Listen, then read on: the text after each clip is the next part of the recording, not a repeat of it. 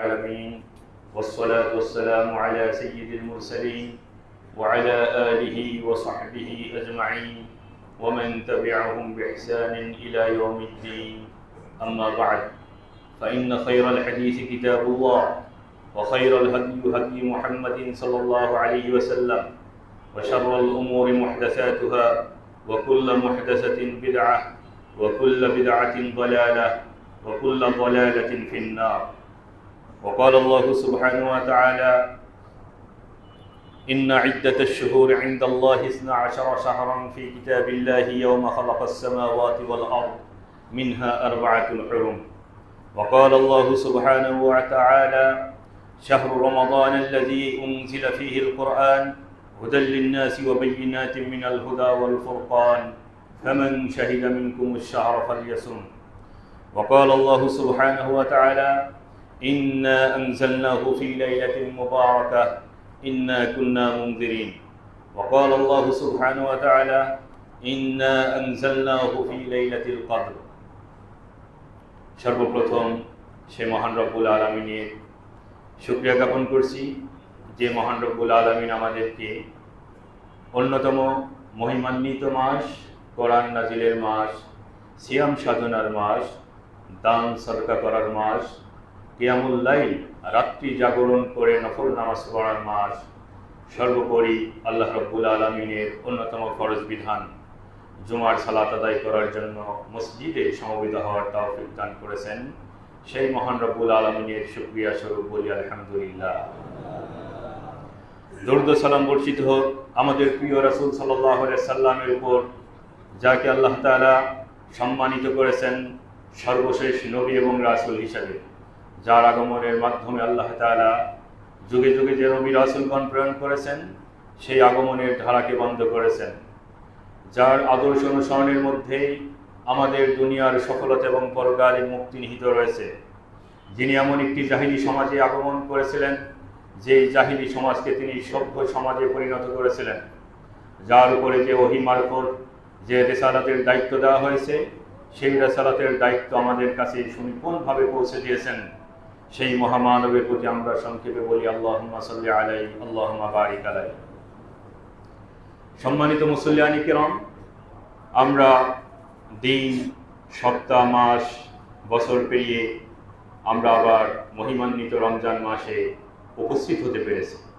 এটি আল্লাহ রব্বুল আলামিনের অন্যতম রহমত এবং করুণা আমাদের প্রতি, কারণ এই রমজান মাসের গত রমজান মাস থেকে নিয়ে এই রমজান মাসের মাঝে এই 1 বছরে অসংখ্য মানুষ মৃত্যুর মুখে পতিত হয়েছে বা এই দুনিয়া ত্যাগ করে আখিরাতের পথে পাড়ি জমিয়েছেন।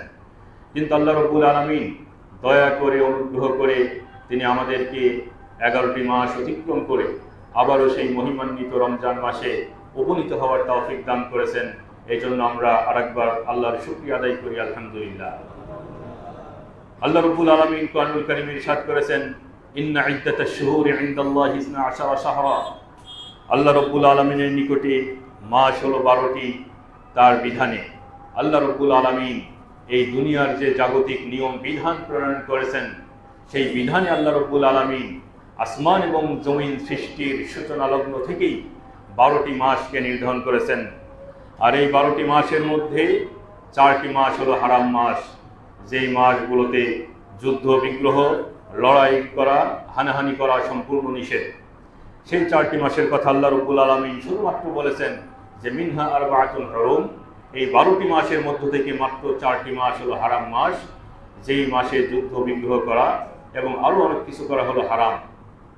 রাসূল সাল্লাল্লাহু আলাইহি সাল্লাম সেই 4টি মাসের কথা আমাদেরকে বলেছেন যে জিলকদ, জিলহজ এবং মুহররম ও রজব মাস, অর্থাৎ এই 4টি মাস হলো, এই 4টি মাসে যুদ্ধ, বিগ্রহ করা হারাম। আল্লাহ রব্বুল আলামিন অত্র আয়াতে আমাদেরকে জানিয়ে দিলেন যে সৃষ্টির সূচনা লগ্ন থেকেই আল্লাহ রব্বুল আলামিন 12টি মাস নির্ধারণ করে রেখেছেন। অতএব আমরা যে আরবি 12টি মাস গণনা করি এটি কোনো মানব রচিত মাস নয়, বরং আল্লাহ রব্বুল আলামিনের প্রদত্ত, আল্লাহ রব্বুল আলামিন কর্তৃক নির্ধারিত মাস।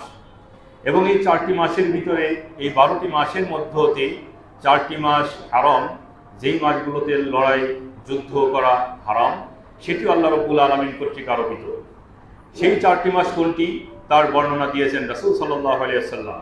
কারণ আল্লাহ রাব্বুল আলামিনের পক্ষ থেকে রাসূল সাল্লাল্লাহু আলাইহি ওয়াসাল্লামের উপরে দায়িত্ব হলো কোরআনের যে সকল জায়গাগুলো ব্যাখ্যা বিশ্লেষণ করা প্রয়োজন তিনি সেই জায়গাগুলো বিশ্লেষণ করে দিবেন।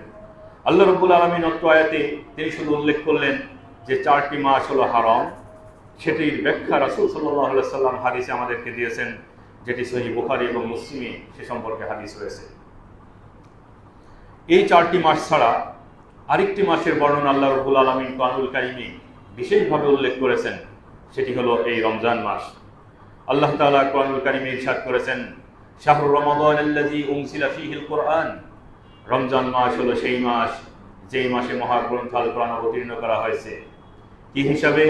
হুদাল লিন্নাস, মানুষের জন্য হেদায়েত স্বরূপ, ওয়া বাইয়িনাতিন মিনাল হুদা ওয়াল ফুরকান, এবং হেদায়েতের সুস্পষ্ট বর্ণনাকারী আর সত্য মিথ্যার মাঝে পার্থক্যকারী স্বরূপ।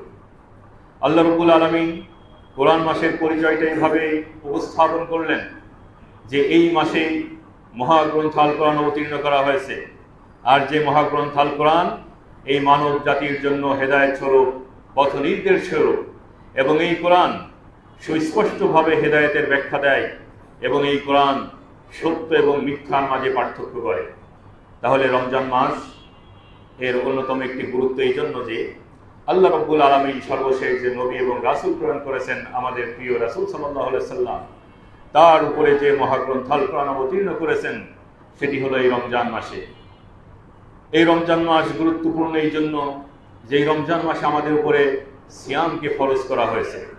অন্যান্য মাসেও আমাদের জন্য নফল সিয়াম রয়েছে, তবে আল্লাহ রাব্বুল আলামিন এই রমজান মাসে সিয়ামকে আমাদের জন্য ফরজ করেছেন, এবং যেই সিয়াম পালন করলে রাসূল সাল্লাল্লাহু আলাইহি সাল্লাম বলেছেন, মান সামা রমাদানা ঈমানান ওয়া ইহতিসাবান গুফিরা লাহু মা তাকাদ্দামা মিন যামবি, যে ব্যক্তি ঈমানের সাথে এবং আল্লাহর কাছে সওয়াবের প্রত্যাশায় সিয়াম পালন করবে তার পূর্বের গুনাহসমূহ মাফ করে দেওয়া হবে।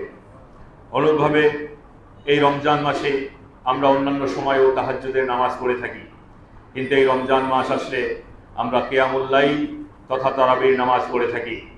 আর এই তারাবির নামাজ সম্পর্কে রাসূল সাল্লাল্লাহু আলাইহি সাল্লাম বলেছেন, মান কামা রমাদানা ঈমানান ওয়া ইহতিসাবান গুফিরা লাহু মা তাকাদ্দামা মিন যামবি, যে ব্যক্তি এই রমজান মাসে কিয়াম করবে, রাতের নামাজ আদায় করবে, তারাবির নামাজ আদায় করবে, তার পূর্বের গুনাহসমূহ ক্ষমা করে দেওয়া হবে। অনুরূপভাবে এই মাসের গুরুত্ব এই জন্য যে এই মাসে লাইলাতুল কদর রয়েছে, যেটাকে আমরা ভাগ্য রজনী বা কদরের রজনী হিসেবে আখ্যায়িত করে থাকি। আর যেই রাতটিকে হাজার মাস অপেক্ষা উত্তম বলা হয়েছে, আল্লাহ রাব্বুল আলামিন কোরআনুল কারীমে ইরশাদ করেছেন, ইন্না আনজালনাহু ফি লাইলাতিল কদর ওয়া মা আদরাকা মা লাইলাতুল কদর লাইলাতুল কদরি খায়রুম মিন আলফি শাহর, যে আমি এই মহাগ্রন্থ আল কোরআন কদরের রাত্রিতে অবতীর্ণ করেছি, আপনি কি জানেন সেই কদরের রজনী কি?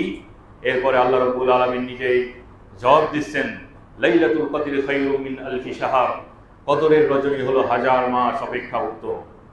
তাহলে এই লাইলাতুল কদর সেটা রমজান মাসেই। কি থেকে আমরা বুঝলাম? কোরআনের আয়াত থেকেই। কারণ আল্লাহ রাব্বুল আলামিন প্রথম আয়াতে বললেন, শাহরু রমাদান আল্লাযী উনজিলা ফীহিল কুরআন, রমজান মাস হলো সেই মাস যেই মাসে কোরআন অবতীর্ণ করা হয়েছে। আবার এই সূরাতে তিনি বলছেন যে ইন্না আনজালনাহু ফি লাইলাতিল কদর, অর্থাৎ আমি লাইলাতুল কদরিতে এই কোরআন অবতীর্ণ করেছি। তাহলে দুটি আয়াতের যোগফল এটাই দাঁড়ায় যে লাইলাতুল কদর হলো রমজান মাসে। কারণ ওই আয়াতে বললেন রমজান মাসে তিনি কোরআন অবতীর্ণ করেছেন, এখানে তিনি বললেন যে কদরের রজনীতে। তাহলে কদরের রজনী সেটি রমজানের বাইরে নয়। অনুরূপভাবে আল্লাহ রাব্বুল আলামিন কোরআনুল কারীমে ইরশাদ করেছেন, ইন্না আনজালনাহু ফি লাইলাতিন মুবারাকা, আমি এই কোরআন অবতীর্ণ করেছি বরকতময় রজনীতে। অনেকেই ব্যাখ্যা করেন যে এই বরকতময় রজনী হলো নিসফে শাবান, অর্থাৎ শাবান মাসের 15 তারিখের রাত। কিন্তু এই ব্যাখ্যাটি সঠিক নয়, কারণ দুটি সুস্পষ্ট আয়াত আমাদেরকে জানান দিচ্ছে যে আল্লাহ রাব্বুল আলামিন কোরআন অবতীর্ণ করেছেন রমজান মাসে। অন্য আয়াত জানাচ্ছে যে রমজান মাসের লাইলাতুল কদরে কোরআন অবতীর্ণ করা হয়েছে, আর এই আয়াতে বলা হচ্ছে বরকতময় রজনী। তাহলে এই আয়াতের আমাদের ব্যাখ্যা করতে হবে ওই দুটি আয়াত দ্বারা। সেটি হলো সেই বরকতময় রজনী রমজান মাসের যে কোনো একটি রজনী, এবং সেটাই হলো লাইলাতুল কদর। অতএব যারা ইন্না আনজালনাহু ফি লাইলাতিন মুবারাকা, যে আমি এটিকে বরকতময় রজনীতে অবতীর্ণ করেছি, এর দ্বারা নিশ্চয় শাবান উদ্দেশ্য নেন, তাদের এই উদ্দেশ্য, তাদের এই অর্থটি সঠিক নয়। কেন সঠিক নয়? তার দলিল হলো কোরআনের এই আয়াত সূরা কদর এবং সূরা বাকারার শাহরু রমাদানাল্লাযী উনজিলা ফীহিল কুরআন। এতগুলো আয়াত আপনাদের সামনে উপস্থাপন করার উদ্দেশ্য হলো যে আল্লাহ রাব্বুল আলামিন তিনি কোরআন কোন রজনীতে অবতীর্ণ করেছেন সেটি তিনি কোরআনের বিভিন্ন আয়াতে বিভিন্ন সূরায় ব্যাখ্যা দিয়েছেন, এবং সেটি হলো রমজান মাস। অতএব এই রমজান মাসের সাথে কোরআন নাজিলের সম্পর্ক, কোরআন অধ্যয়নের সম্পর্ক, কোরআন তেলাওয়াতের সম্পর্ক এবং কোরআনের অর্থ উপলব্ধি, মর্ম অনুধাবন করার সম্পর্ক, আমরা ইনশাআল্লাহ এই সম্পর্কে আলোচনা করার চেষ্টা করব। ওয়া তাওফীক ইল্লা বিল্লাহ। আমরা কেন কোরআন তেলাওয়াত করব? আল্লাহ রাব্বুল আলামিন এ সম্পর্কে ইরশাদ করেছেন, ইন্না হাযাল কুরআন, নিশ্চয় এই কোরআন, ইয়াহদি লিল্লাতী হিয়া আকওয়াম, সরল, সঠিক, অধিকতর কল্যাণ এবং উপযুক্ত দিকে মানুষকে পথ নির্দেশ করে। এই কোরআন মানুষের জন্য যেটা কল্যাণকর, মানুষের জন্য যেটা উপযুক্ত, যেটা সরল, যেটা সঠিক, সেদিকে এই কোরআন পরিচালিত করে। ওয়ায়ুবাশশিরুল মুমিনিন, এবং মুমিনদেরকে সুসংবাদ দান করে। আল্লাযীনা ইয়ামালুনাস সালিহাত, যে সকল মুমিনীরা আমলে সালেহ তথা সৎকর্ম করে, এবং আন্না লাহুম আজরান কাবীরা, আর এই কোরআন সুসংবাদ দেয় এদের জন্য রয়েছে মহা প্রতিদান। তাহলে এই কোরআন আপনি কেন তেলাওয়াত করবেন? এই কোরআন তেলাওয়াত করবেন এই জন্য যে আপনার জন্য দুনিয়া এবং আখিরাতের জন্য কোনটি কল্যাণকর। এই দুনিয়াতে নানা মতবাদ, নানা পথ, নানা আদর্শ রয়েছে।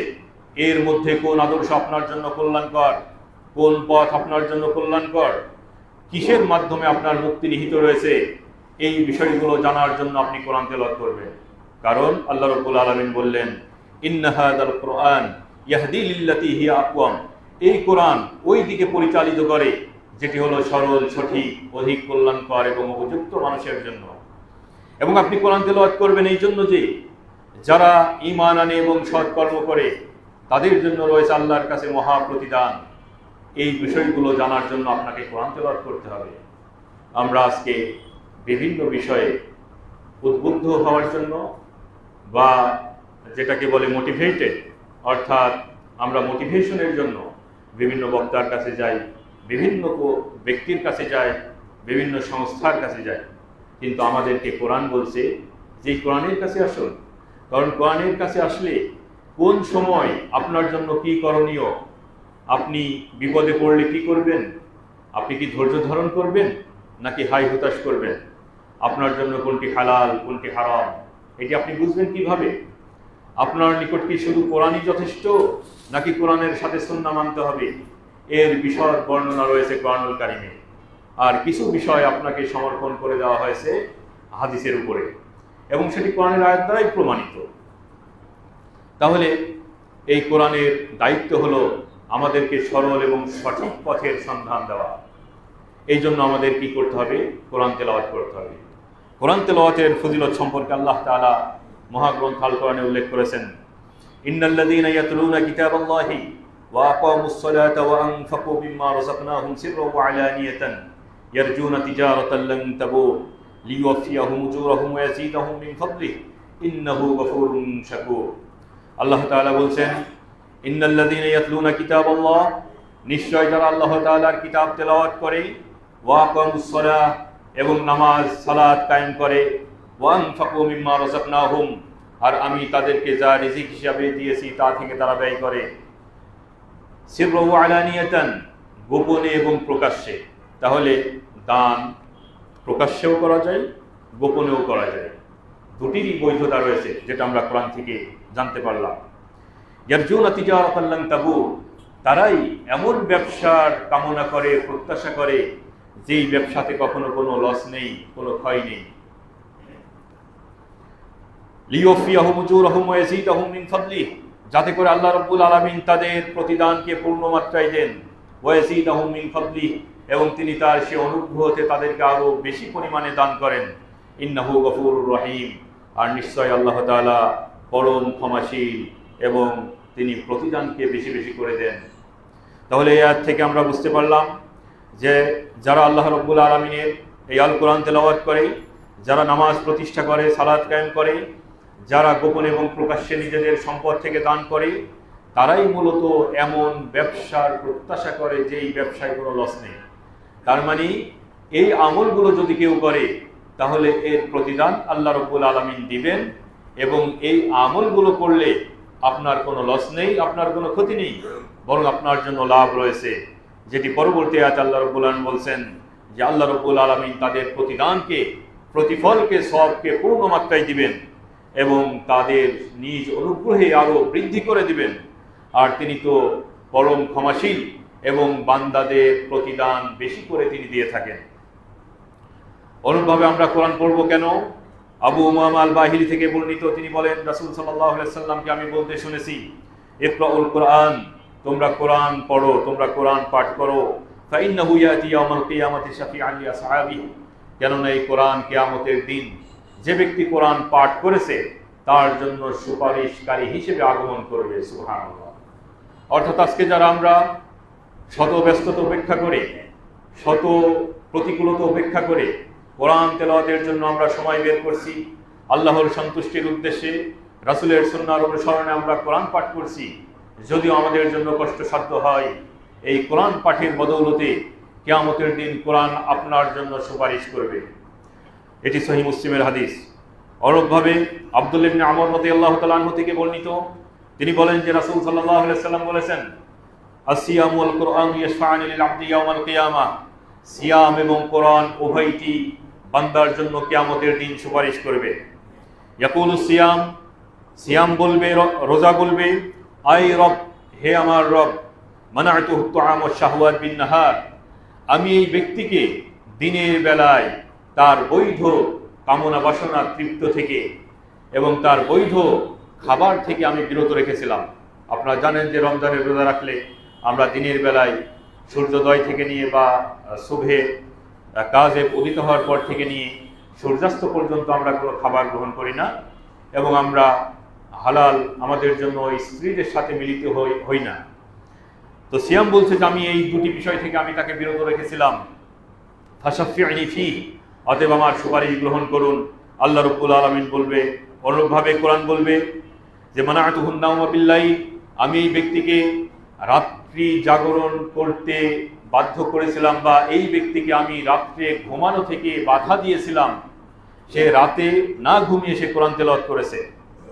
ফাশাফি'নি ফি, অতএব এই কোরআন তেলাওয়াত কারণে আপনি আমার সুপারিশ কবুল করুন। তখন রাসূল সাল্লাল্লাহু আলাইহি সাল্লাম বলছেন, ফায়শাফআন, এই উভয়ের সুপারিশ কবুল করা হবে। এটি হলো মুসনাদ আহমদের হাদিস, এবং শাইখ আলবানী, আহমদ শাকের উভয় মুহাদ্দিস তারা এই হাদিসটিকে সহিহ বলেছেন।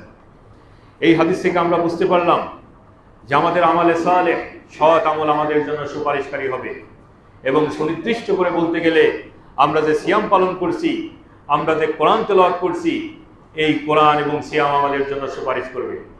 অথচ এই সুপারিশকে কেন্দ্র করেই বর্তমানে কত ব্যক্তি, কত সংগঠন তারা ব্যবসা করে যাচ্ছে।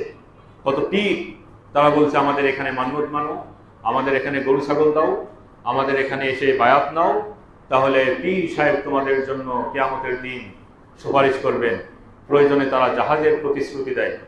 অথচ রাসূল সাল্লাল্লাহু আলাইহি সাল্লাম এই ধরনের কোনো কথা বলেন নাই, বরং আমাদেরকে উদ্বুদ্ধ করেছেন আমলের প্রতি। ঈমান আনার পরে আমরা যেন আমল করি, কোরআন এবং সুন্নাহ যে আমল আমাদেরকে দিয়েছেন সেই আমলগুলো যেন আমরা করি।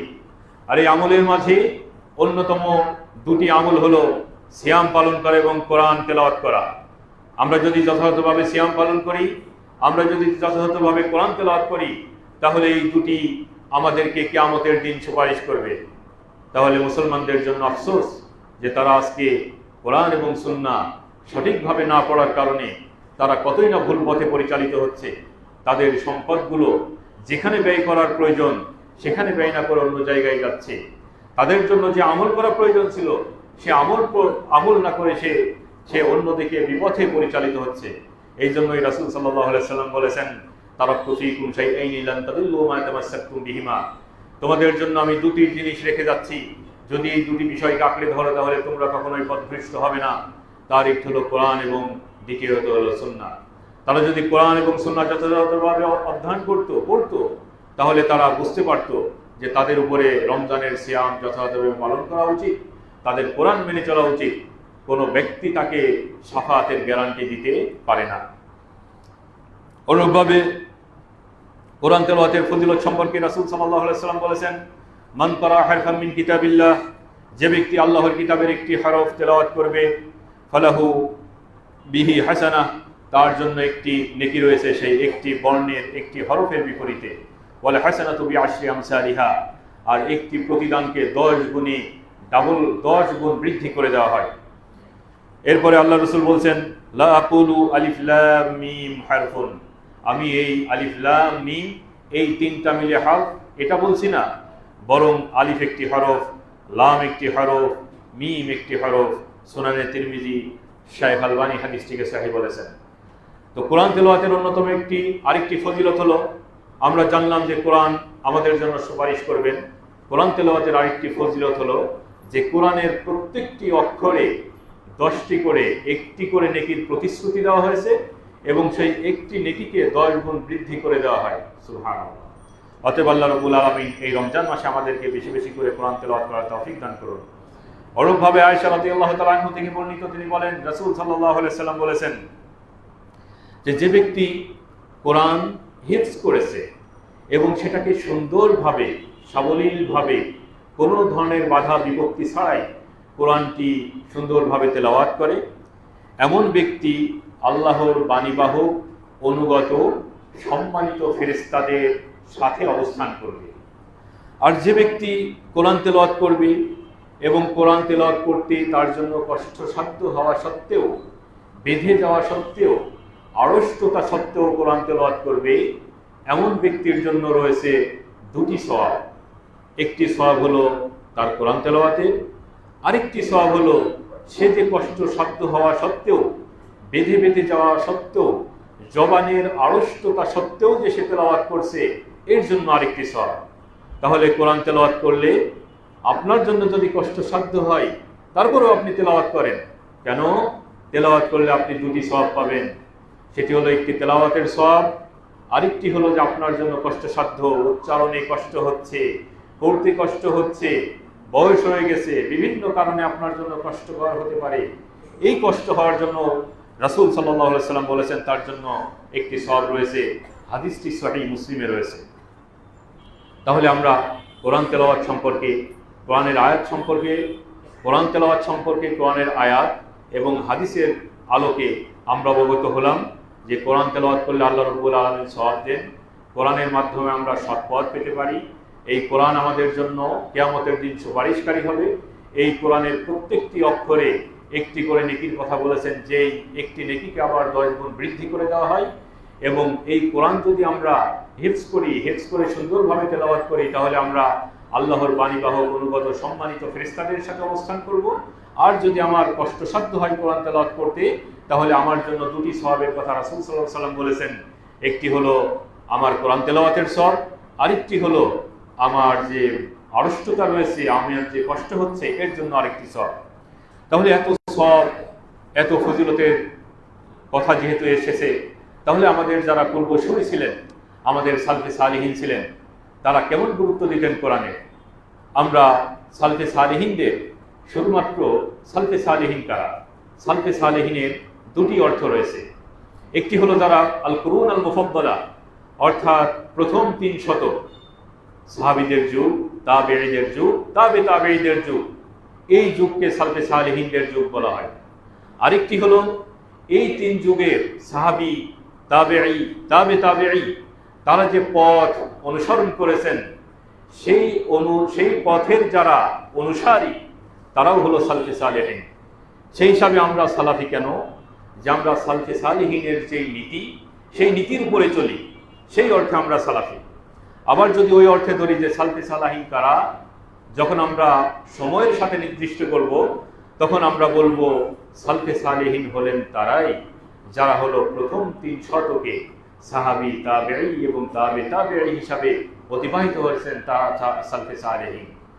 আমরা কি অর্থে সালাফি?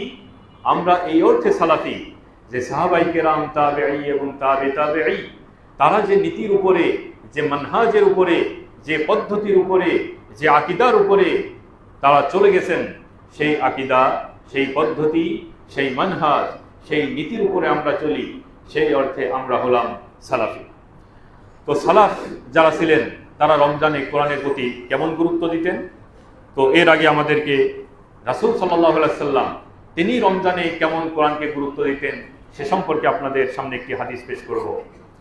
রাসূল সাল্লাল্লাহু আলাইহি সাল্লাম সম্পর্কে আব্দুল্লাহ ইবনে আব্বাস রাদিয়াল্লাহু তাআলা আনহু বলেন, রাসূল সাল্লাল্লাহু আলাইহি সাল্লাম ছিলেন মানুষের মাঝে সর্বাপেক্ষা দানশীল, দানবীর, এবং তিনি সবচেয়ে বেশি দান করতেন যখন তিনি রমজান মাস আগমন করত এবং জিবরাইল আলাইহিস সালাম তার সাথে সাক্ষাৎ করতেন। আর জিবরাইল আলাইহিস সালাম রমজান মাসের প্রতি রাত্রিতে রাসূল সাল্লাল্লাহু আলাইহি সাল্লামের সাথে সাক্ষাৎ করতেন। সাক্ষাৎ করে কি করতেন?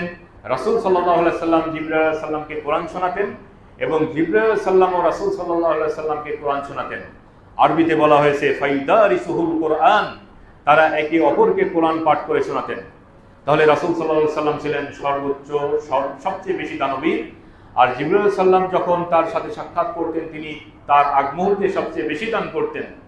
আর জিবরাইল আলাইহিস সালাম রমজান মাসে এসে রাসূল সাল্লাল্লাহু আলাইহি সাল্লামের সাথে কি করতেন? আল্লাহর রাসূল তাকে কোরআন শোনাতেন এবং তিনিও আল্লাহর রাসূলকে কোরআন শোনাতেন। এভাবে পুরো কোরআন রাসূল সাল্লাল্লাহু আলাইহি সাল্লাম রমজান মাসে জিবরাইল আলাইহিস সালামকে শোনাতেন। এর মাধ্যমে রাসূল সাল্লাল্লাহু আলাইহি সাল্লামের রমজান কেন্দ্রিক কোরআন চর্চার আমরা একটি সাক্ষ্য পাই। এই হাদিসটি রয়েছে বুখারী এবং মুসলিমে। আর আমি যে শব্দগুলো বললাম এটি হলো সহিহ বুখারী। তো রাসূল সাল্লাল্লাহু আলাইহি সাল্লাম যেখানে প্রতি রমজানে তিনি জিবরাইল আলাইহিস সালামের সাথে কোরআন তেলাওয়াত করে শুনিয়েছেন, তাকে মুখস্থ শুনিয়েছেন, তাহলে তার অনুসরণে অবশ্যই সাহাবায়ে কেরাম তারাও কোরআন তেলাওয়াত করেছেন। এর ব্যতিক্রম হওয়ার কখনোই সম্ভব নয়। আসওয়াদ ইনি একজন তাবেঈ, তার সম্পর্কে ইবনু রাজব আল হাম্বলি তার একটি গ্রন্থ রয়েছে লাতাইফুল মাআরিফ, তিনি সেই গ্রন্থ উল্লেখ করছেন যে এই বিখ্যাত তাবেঈ তিনি রমজান মাসে প্রতি দুই রাত্রিতে এক খতম কোরআন তেলাওয়াত করতেন। সুবহানাল্লাহ। অনুরূপভাবে ইব্রাহিম আন-নাখাঈ তিনিও এমনটি করতেন এবং যখন তিনি রমজানের শেষ দশকে পদার্পণ করতেন তখন তিনি প্রতি দুই রাত্রে একটি করে কোরআন খতম দিতেন। অনুরূপভাবে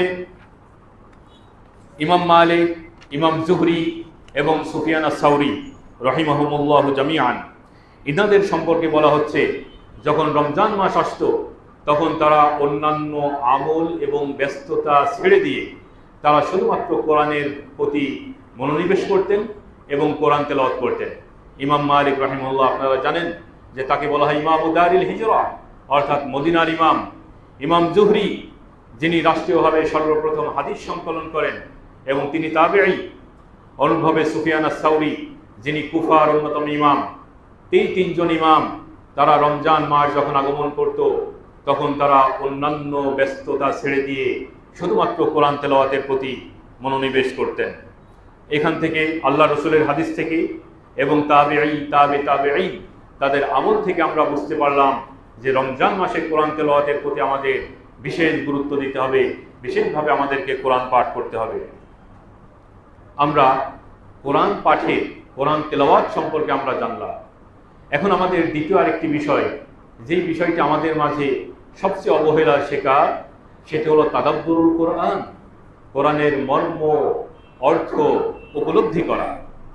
আমরা কোরআন তেলাওয়াতের ফজিলত সম্পর্কে অনেক কিছু জানি, কিন্তু আমাদের আল্লাহ রাব্বুল আলামিন যে কোরআন আমাদের কাছে পাঠালেন সেই কোরআনে কি বলেছেন, কি আমাদের প্রতি বার্তা দিয়েছেন, কি বিষয় আদেশ করেছেন আর কি বিষয় নিষেধ করেছেন, এই বিষয়গুলো বুঝে শুনে পড়া।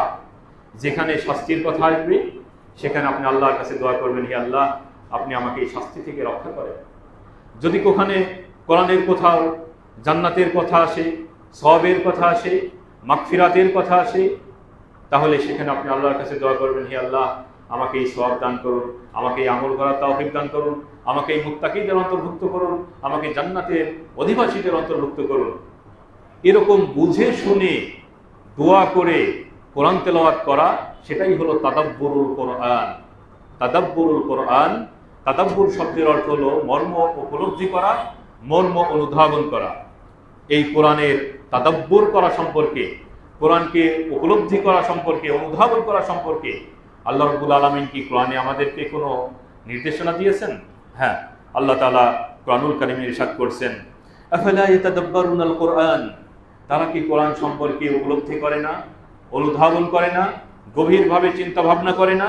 ওয়ালাউ কানা মিন ইনদি গায়রিল্লাহি লাওয়াজাদু ফীহি ইখতিলাফান কাসীরা, যদি এই কোরআন আল্লাহ ছাড়া অন্য কারোর পক্ষ থেকে আগমন করত, তাহলে এর মাঝে তারা অনেক বিপরীত, বৈপরীত্য, তারপরে অসঙ্গতি তারা পেত। অনুরূপভাবে আল্লাহ রাব্বুল আলামিন বলছেন, কিতাবুন আনজালনাহু ইলাইকা মুবারাক, এটি এমন একটি বরকতময় কিতাব যা আপনার নিকট আমি অবতীর্ণ করেছি, লিয়াদ্দাব্বারু আয়াতি, যাতে করে মানুষেরা এর আয়াত সম্পর্কে গভীরভাবে উপলব্ধি করে, ওয়ালিয়াতাযাক্কারা উলুল আলবাব, আর যারা জ্ঞানী তারা যেন এখান থেকে শিক্ষা অর্জন করে। আমরা তাদাব্বুরুল কোরআন সম্পর্কে ধারণা পেলাম কি, যে কোরআনের অর্থ মর্ম উপলব্ধি করে পড়া, এবং পড়ার সময় কোরআনের যেখানে শাস্তির আয়াত রয়েছে সেখানে আল্লাহর কাছে আশ্রয় চাওয়া, যেখানে সওয়াবের কথা রয়েছে, জান্নাতের কথা রয়েছে, সেখানে আল্লাহর কাছে দোয়া করা। এভাবে কোরআন পাঠই হলো তাদাব্বুরুল কোরআন। আর এই কোরআন এভাবে পাঠ করা সম্পর্কে আল্লাহ রাব্বুল আলামিন কোরআনুল কারীমে ইরশাদ করেছেন, এবং এ সম্পর্কে আল্লাহর রাসূল এবং সাহাবীদের আমল রয়েছে। সে সম্পর্কে আপনাদের সামনে ইনশাআল্লাহ কিছুটা আলোচনা করার চেষ্টা করব। যেমন আয়েশা রাদিয়াল্লাহু তাআলা আনহা থেকে বর্ণিত, তিনি বলেন, তিনি ইযা ক্বারাআত, যখন তিনি এই আয়াত পাঠ করতেন, ফামান্নাল্লাহু আলাইনা ওয়া ওয়াকানা আযাবাস সামূম, আল্লাহ রাব্বুল আলামিন আমাদের প্রতি অনুগ্রহ করেছেন এবং জাহান্নামের শাস্তি থেকে আমাদেরকে আশ্রয় দিয়েছেন।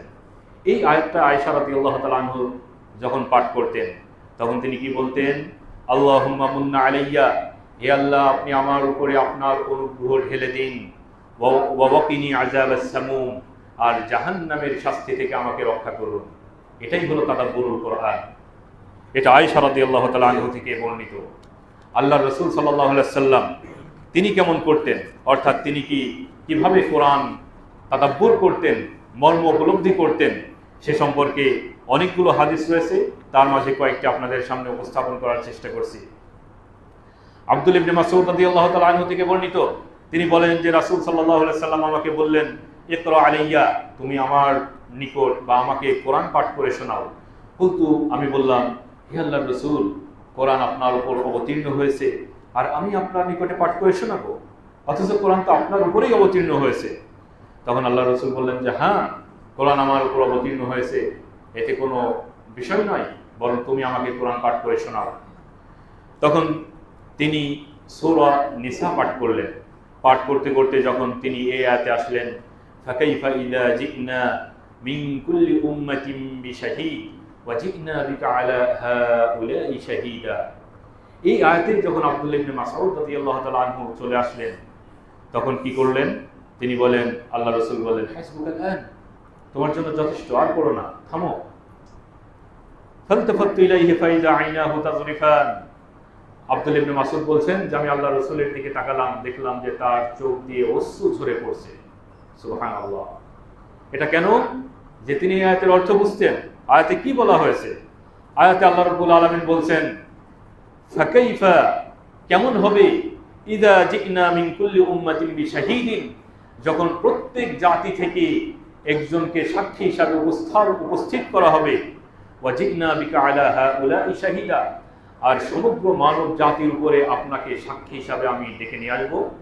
এটা হলো কিয়ামতের মাঠের বর্ণনা। অর্থাৎ প্রত্যেক জাতির নবীদেরকে সাক্ষী হিসাবে নিয়ে আসা হবে, এবং এসে ওই জাতি তারা কে ভালো কাজ করেছে, কে খারাপ কাজ করেছে, তাদের কাছে কি ওই রাসূল যথাযথভাবে তিনি আল্লাহর বার্তা পৌঁছে দিয়েছেন কিনা, এই বিষয়ে রাসূলদের সাক্ষী হিসাবে নিয়ে আসা হবে। যেমন নূহ আলাইহিস সালামকে তার জাতির বিষয়ে সাক্ষী নিয়ে আসা হবে, হুদ আলাইহিস সালামকে তার জাতির বিষয়ে সাক্ষী নিয়ে আসা হবে। এরপরে রাসূল সাল্লাল্লাহু আলাইহি সাল্লামকে সমগ্র মানব জাতির জন্য সাক্ষী হিসেবে নিয়ে আসা হবে। কারণ মানুষেরা কিয়ামতের ভয়াবহতা দেখে বলবে, আমাদের কাছে কোনো রাসূল আসে নাই। তখন রাসূলগণ সাক্ষী দিবে যে না, আমরা তাদের কাছে বার্তা নিয়ে গিয়েছি। এমনকি আল্লাহর রাসূল তিনি সমগ্র মানব জাতির ব্যাপারে সাক্ষী দিবেন যে না, সকল মানুষের কাছে রাসূলগণ গিয়েছে এবং তাদের কাছে বার্তা পৌঁছানো হয়েছে। তাহলে এমন পরিস্থিতিতে কেমন হবে? আল্লাহর রাসূল সেই কিয়ামতের মাঠের ভয়াবহতা কল্পনা করে তিনি বললেন, হাসবুকাল আন, তুমি কোরআন তেলাওয়াত করা এখন থামাও। তখন আব্দুল ইবনে মাসউদ তিনি যখন আল্লাহর রাসূলের দিকে দেখলেন, তখন দেখেন যে তার অশ্রু দিয়ে, তার চোখ দিয়ে পানি ঝরে পড়ছে, আল্লাহর রাসূল ক্রন্দন করছেন। এটাই হলো তাদাব্বুরুল কোরআন, যে কোরআন তেলাওয়াত করতে করতে শাস্তির কথা আসলে সেখানে ক্রন্দন করা, আর সওয়াবের কথা আসলে সেটি কামনা করা। অনুরূপভাবে আরেকটি হাদিস আপনাদের সামনে পাঠ করছি, সেটি হলো যে মুতাররিফ ইবনে আব্দুল্লাহ তিনি তার পিতা থেকে বর্ণনা করেন। তিনি বলেন যে আমি রাসূল সাল্লাল্লাহু আলাইহি সাল্লামকে নামাজ পড়তে দেখেছি, আর তার নামাজের মাঝে আমি তার থেকে যে জাতা পিসার যে একটা শব্দ রয়েছে, আমি তার থেকে এমন ক্রন্দনের আওয়াজ শুনতে পাচ্ছিলাম। সুবহানাল্লাহ।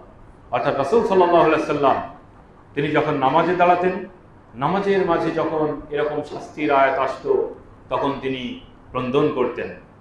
অনুরূপভাবে আবু বকর রাদিয়াল্লাহু তাআলা আনহু তার থেকেও বর্ণিত হয়েছে যে তিনি যখন নামাজে দণ্ডায়মান হতেন, তিনি নামাজের মাঝে ক্রন্দন করতেন।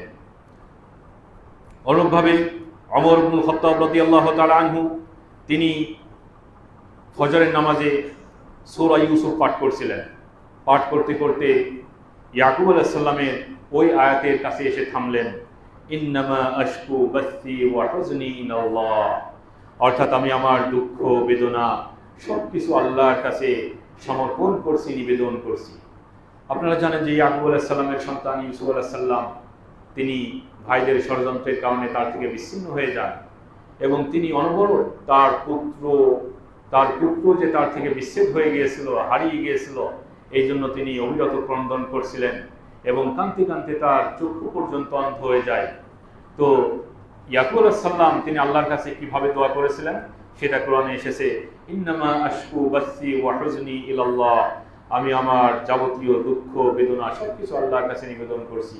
এই আয়াতে যখন আসলেন, তখন ওমর রাদিয়াল্লাহু তাআলা আনহু ফুঁপিয়ে ফুঁপিয়ে কাঁদতে শুরু করলেন। এইভাবেই আমরা আল্লাহ রাসূল সাল্লাল্লাহু আলাইহি সাল্লাম সহ সাহাবায়ে কেরাম সহ অসংখ্য তাবেঈদের থেকে প্রমাণ রয়েছে যে তারা কোরআন যখন তেলাওয়াত করতেন, তখন তারা ক্রন্দন করতেন এবং আল্লাহ রাব্বুল আলামিনের কাছে প্রার্থনা করতেন। আউযু বিল্লাহি মিনাশ শাইতানির রাজীম, বিসমিল্লাহির রহমানির রহিম, ইন্না আনজালনাহু ফি লাইলাতিন মুবারাকাহ, ইন্না কুন্না মুনজিরিন, বারাকাল্লাহু লানা ওয়া লাকুম ফিল কুরআনিল আযীম, ওয়া নাফা'নি ওয়া ইয়্যাকুম বিমা ফীহি মিনাল আয়াতি ওয়ায যিকরিল হাকীম। আকুলু কওলি হাযা আস্তাগফিরুল্লাহ লি ওয়া লাকুম ওয়া লিসাইরিল মুসলিমিন ফাস্তাগফিরুহু ইন্নাহু হুয়াল গফুরুর রহিম।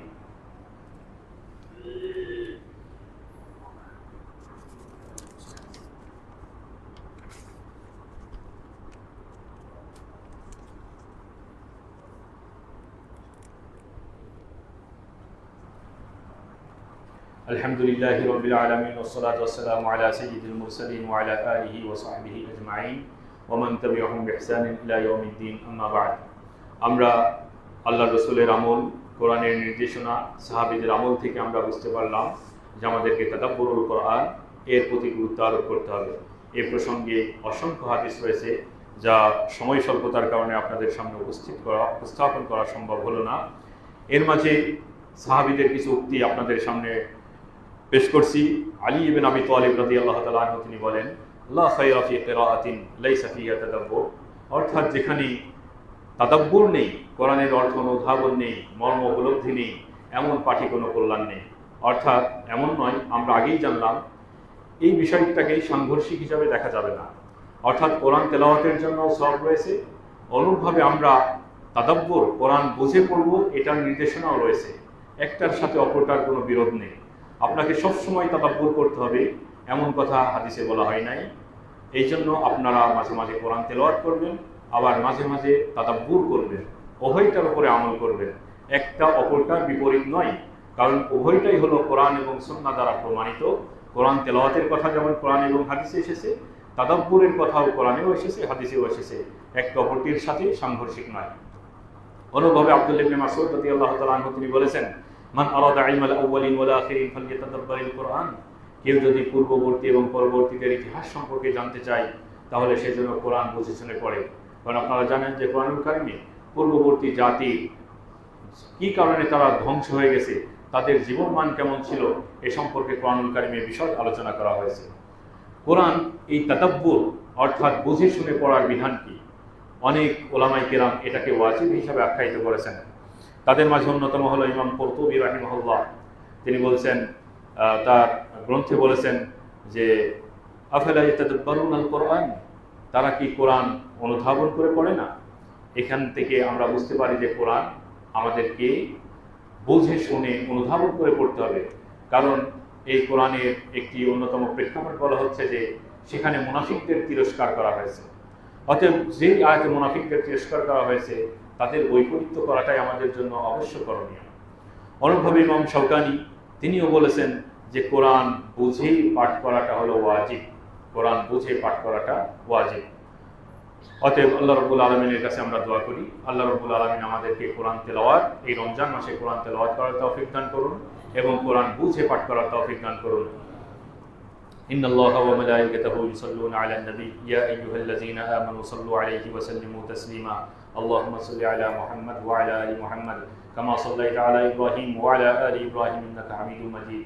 আল্লাহুম্মা বারিক আলা মুহাম্মাদ ওয়া আলা আলি মুহাম্মাদ কামা বারাকতা আলা ইব্রাহিম ওয়া আলা আলি ইব্রাহিম ইন্নাকা হামিদুম মাজিদ। اللهم ارحم الخلفاء الراشدين المهديين وارض عنهم أبي بكر وعمر وعثمان وعلي وعن سائر أصحابه ومن تبعهم بإحسان إلى يوم الدين. اللهم أعز الإسلام والمسلمين وأذل الشرك والمشركين ودمر أعداءك أعداء الدين واجعل بلادنا آمنا مطمئنة وسائر بلاد المسلمين. ربنا ظلمنا أنفسنا وإن لم تغفر لنا وترحمنا لنكونن من الخاسرين. رب ارحمهما كما ربياني صغيرا. ربنا لا تزغ قلوبنا بعد إذ هديتنا وهب لنا من لدنك رحمة إنك أنت الوهاب. رب ارحمهما كما ربياني صغيرا. رب ارحمهما كما ربياني صغيرا. ربنا آتنا في الدنيا حسنة وفي الآخرة حسنة وقنا عذاب النار. হে আল্লাহ, আমাদের মাঝে যে সমস্ত মুসল্লিয়ানি কিরাম মৃত্যুবরণ করেছেন আপনি তাদের আমলগুলো কবুল করে নিন, তাদেরকে জাহান্নামের আযাব থেকে মুক্তি দিন। হে আল্লাহ, আপনি আমাদের সিয়াম এবং কিয়ামগুলো কবুল করে নিন। আমাদের মাঝে দুজন মুসল্লি মারা গিয়েছেন, তারা আমাদের সেই আকীদার অনুসরণকারী ছিলেন, তারা আল্লাহ রসুলের অনুসরণ করেছেন, তারা সুন্নাহর অনুসরণ করেছেন। আল্লাহ রাব্বুল আলামিন এর বদৌলতে তাদের নেক আমলগুলো কবুল করে তাদেরকে জাহান্নামের শাস্তি থেকে মুক্তি দান করুন। হে আল্লাহ, আপনি আমাদের সিয়াম এবং কিয়ামগুলো কবুল করে নিন, আমাদেরকে বাকি রমজানগুলো সুন্দরভাবে পালন করার তৌফিক দান করুন। আমাদেরকে রমজানের যে তারাবি, সিয়াম, কোরআন তেলাওয়াত এবং সর্বোপরি এই রমজান মাসটি ইবাদতের মাধ্যমে আমাদেরকে পালন করার তৌফিক দান করুন। আমাদেরকে আপনি এই রমজানের ওসিলায়, এই রমজানের ইবাদতের ওসিলায় আমাদেরকে পূর্ণ নিষ্পাপ করে রমজান থেকে নিষ্কৃতি দান করুন। ইবাদাল্লাহ রাহিমাকুমুল্লাহ, ইন্নাল্লাহা ইয়া'মুরু বিল আদলি ওয়াল ইহসান ওয়া ইতা'i যিল কুরবা ওয়া ইয়ানহা 'আনিল ফাহশাই ওয়াল মুনকারি ওয়াল বাগই ইয়া'iযুকুম লা'আল্লাকুম তাযাক্কারুন। ফাযকুরুল্লাহা ইয়াযকুরকুম ওয়াশকুরুহু ওয়া লা তাকফুরুন।